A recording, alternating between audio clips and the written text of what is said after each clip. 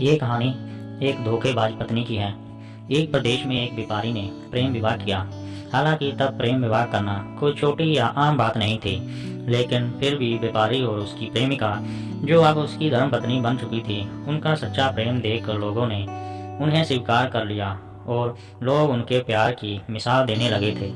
वे दोनों भी अपने प्यार से भरी नए संसार में काफ़ी खुश थे। लोग ये देखकर हैरान रह जाते कि उन दोनों में कभी किसी वस्तु या विषय को लेकर कभी झगड़े नहीं होते थे। व्यापारी और उसकी पत्नी ने अपनी प्यार की रोशनी सदा रोशन रहे, इसलिए एक नियम बनाया था। उन दिनों लोग रात को छतों पर मशाल जलाया करते थे ताकि घर आंगन में उजाला रहे, और सोने के समय उन्हें बुझा देते। प्रेमी जोड़े ने तय किया था कि वे जब तक साथ रहेंगे तब तक उनके घर की मशाल जलती रहेगी। अब रात होते ही पूरे प्रदेश में अंधेरा हो जाता, लेकिन एकमात्र इस व्यापारी का घर रोशनी से जगमगाता। इस प्रदेश का राजा एक बड़े से महल में रहता था। हर रात को सोने से पहले वो अपनी रानी के साथ महल के छत पर जाकर आसमान के नज़ारे देखता था। एक बार जब राजा अपनी रानी के साथ छत पर चांद सितारे देख रहा था, तब दोनों की नज़र व्यापारी के जगमगाते घर पर पड़ी। राजा और रानी दोनों ही उसके बारे में चर्चा करने लगे। राजा ने कहा, इस प्रेमी जोड़े में पति समझदार है, इसलिए उनका साथ अच्छे से चल रहा है। रानी राजा से सहमत नहीं थी। रानी का कहना था, जरूर पत्नी ही ज़्यादा समझदार होगी और वह पति की और उसके घर वालों की गलतियों को नज़रअंदाज कर देती होगी। इसके बिना उनके परिवार का इतने अच्छे से चलना संभव नहीं है।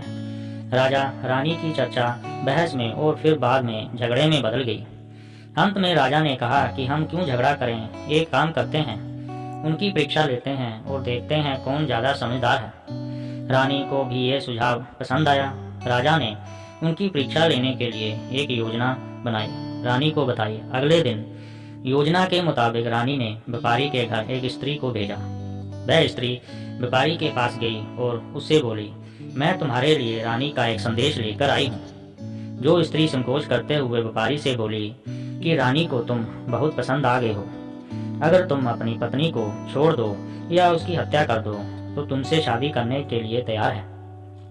महिला की बात सुनकर व्यापारी को गुस्सा आ गया, लेकिन उसने बहुत गुस्से पर काबू रखते हुए उस महिला से कहा कि ऐसे 1000 रानियां भी आ जाएं, तब भी मैं अपनी पत्नी को धोखा नहीं देने वाला। तुम मेरी तरफ से रानी से माफ़ी मांग लेना और कहना ऐसा प्रस्ताव दोबारा ना भेजे। उस स्त्री ने व्यापारी ने जो कहा था वह बात राजा और रानी को जाकर बता दी। व्यापारी का ऐसा जवाब सुनकर राजा खुश हो गया, क्योंकि राजा जैसा सोचता था व्यापारी उतना ही समझदार निकला। अब व्यापारी की पत्नी के परीक्षा की बारी थी। राजा ने एक आदमी को उसके पास भेजा। आदमी ने व्यापारी की पत्नी से कहा, राजा को तुम पसंद आ गई हो। राजा ने कहा, अगर तुम अपने पति को मार देती हो तो वो तुम्हें उनकी रानी बना लेंगे। आदमी की बातें सुनकर पहले तो व्यापारी की पत्नी कुछ भी नहीं बोली। जब आदमी वहां से जाने लगा तब पीछे से व्यापारी की पत्नी ने कहा कि आज रात को जब मशाल बुझ जाएगी तो समझ लेना कि मैंने अपनी पति की हत्या कर दी है। राजा के आदमी ने इस घटना का वर्णन राजा और रानी के सामने जाकर किया। राजा को व्यापारी की पत्नी पर काफी गुस्सा आया, लेकिन रानी ने राजा से कहा कि वह सिर्फ ऐसा कह सकती है, कर नहीं सकती, आखिर वह उसकी पत्नी है और प्रेमिका भी। राजा ने तय किया कि व्यापारी को खतरे में नहीं डालना चाहिए, इसलिए राजा ने अपने कुछ सिपाहियों को आदेश देकर उसके घर के पास खड़ा रहने के लिए कहा। राजा ने उनको समझाया कि जैसे ही व्यापारी के घर की मशाल बुझे तो तुरंत उसके घर में घुस जाना और व्यापारी को बचा लेना। रात होते ही राजा और रानी अपने महल की छत पर आकर व्यापारी की घर की तरफ देखने लगे। आधी रात हो गई, लेकिन कुछ भी नहीं हुआ। रानी राजा से कहने लगी, देखा, मैं कहती थी ना कि वो सिर्फ वह कह सकती है, ऐसा कर नहीं सकती। रानी ने ये शब्द कहे ही थे कि राजा ने देखा कि व्यापारी के घर की मशाल बुझ चुकी है। राजा को व्यापारी की चिंता होने लगी। थोड़ी देर बाद राजा के वह सिपाही जो व्यापारी की सुरक्षा के लिए वहां खड़े थे, राजा के पास आए और उन्होंने राजा को व्यापारी की मौत की खबर सुनाई। राजा ने कहा, तुम्हारे होते हुए व्यापारी कैसे मर सकता है? सिपाहियों ने कहा कि उसकी पत्नी ने दिन में ही जहर दे दिया था और रात को पति के मरने के बाद उसने घर की मिसाल बुझाई थी, इसलिए हम कुछ भी नहीं कर पाए। राजा को इस घटना से न सिर्फ व्यापारी की पत्नी से बल्कि औरत जात से ही नफरत हो गई। व्यापारी की पत्नी की बेवफाई के विचार उसे पूरी रात आते रहे। राजा उस रात एक भी मिनट नहीं सोया। राजा को इस बात का काफी पश्चाताप हुआ कि उसकी वजह से व्यापारी को अपनी जान गंवानी पड़ी।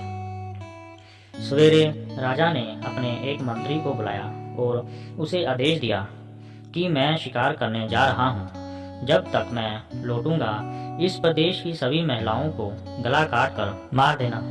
राजा का ऐसा आदेश सुनकर मंत्री ने राजे को काफी समझाने की कोशिश की, लेकिन राजा उसकी एक भी बात सुनने के लिए तैयार नहीं था और राजा ने उसे धमकी दी कि अगर तुमने ये काम पूरा नहीं किया तो सबसे पहले मैं तुम्हें ही मौत की सजा दे दूंगा।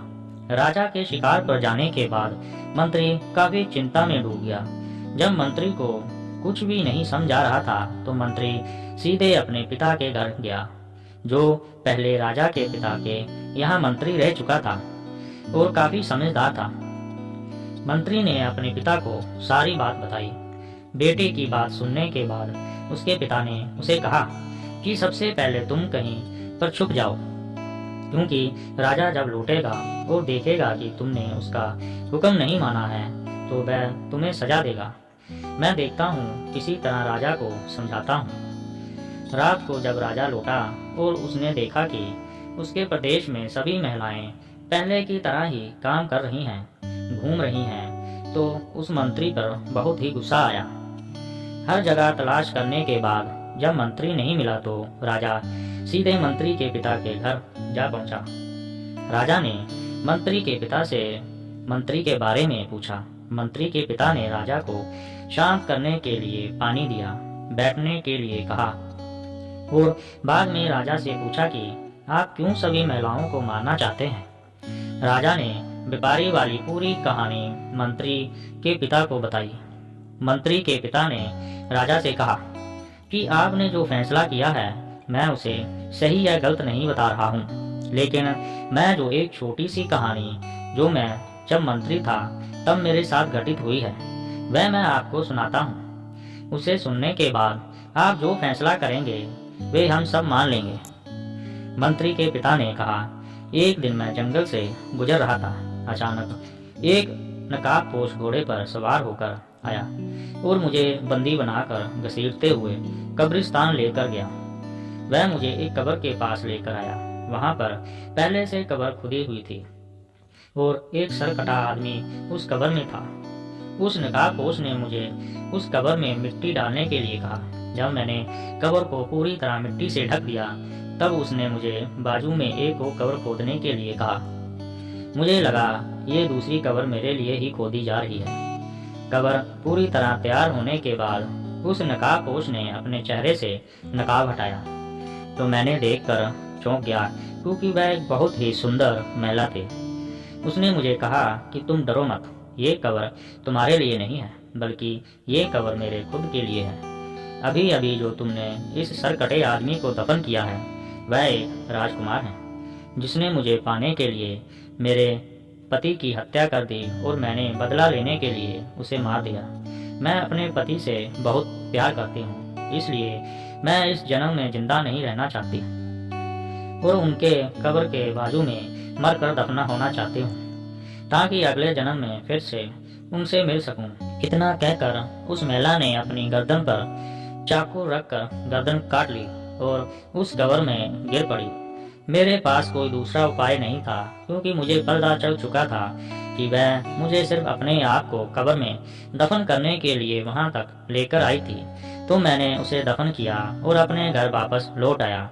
महाराज, आपने जिस घटना को देखा है उसमें एक महिला ने धोखेबाजी की है, लेकिन मैंने जो कहानी सुनाई है, मैंने जिस घटना को अनुभव किया है, उसमें एक महिला ने अपने पति के प्यार में अपनी जान दी।